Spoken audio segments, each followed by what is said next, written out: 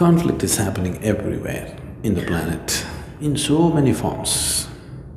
Between two countries it is happening, between two communities it's happening, within the family it is happening, within you it's happening, yes? But it is only because there is conflict within you, there is a possibility of conflict outside of you, isn't it? Because there is violence within you. Violence is possible in the world. If there was no violence at all in you, would violence be possible in the world? No. So we just have to look at the conflict within. If we just settle this, outside conflict will slowly settle. It'll take some time because we have put a certain momentum to it. But it has to settle, isn't it? If all of us become truly peaceful human beings, no conflict within us, would Bombay be peaceful? Do we have to separately start a campaign for peaceful Bombay? No. If people were peaceful, society would be peaceful, isn't it? So what is the conflict? The conflict is just this: you got identified with things that you are not. You're identified with many things that you are not, isn't it?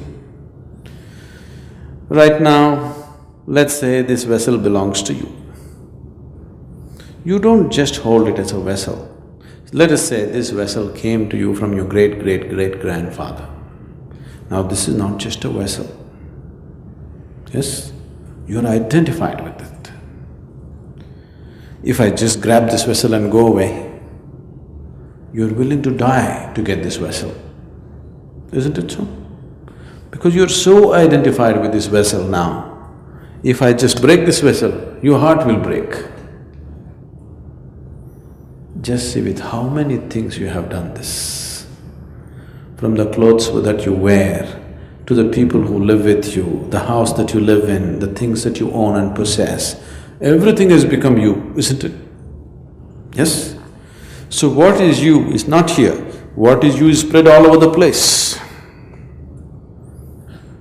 When you are spread all over the place, naturally, wherever you move, it gets entangled somewhere. Yes? When what is you is so spread out, whichever way you go, every doorway you will get stuck. That's what is happening. That's why there's constant friction and conflict, because you're identified with so many things that you are not. When I say you're identified with things that you are not, it also includes your mind, it also includes your body. Your thoughts are not yours, please see. Your emotions are not yours, please see. These are all things that you picked up from outside and identified yourself with, isn't it so?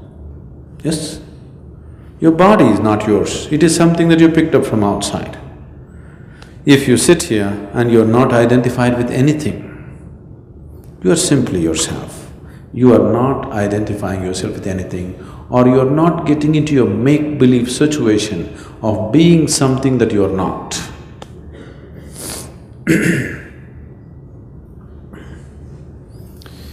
A man went to the psychiatrist.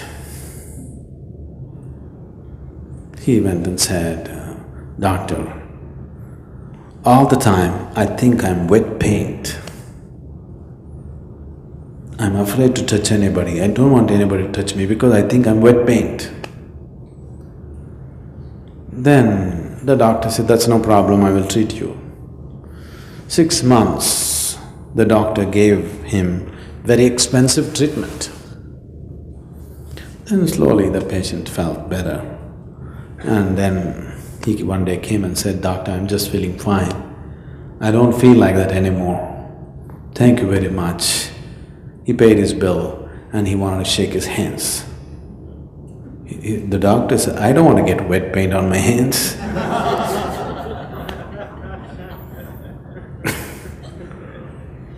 Once you're identified with things that you're not, you're hallucinatory in nature, isn't it?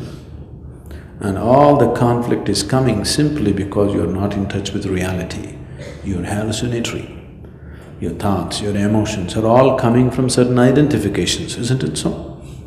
If you can sit here, this Shambhavi will do to you. If you sit here, you will see your body is here, your mind seems to be somewhere out there and you are somewhere else. That means you've gotten disidentified with everything. You're just there. Once you're not identified with the body, once you're not identified with the mind, can there be conflict? If you've known any kind of suffering in your life, the suffering has either entered you through your body or through your mind, isn't it so? Do you know any other kind of suffering? Once there is a distance between you and your body, once there's a distance between you and your mind, this is the end of suffering. This being cannot suffer anymore. Question of conflict doesn't arise.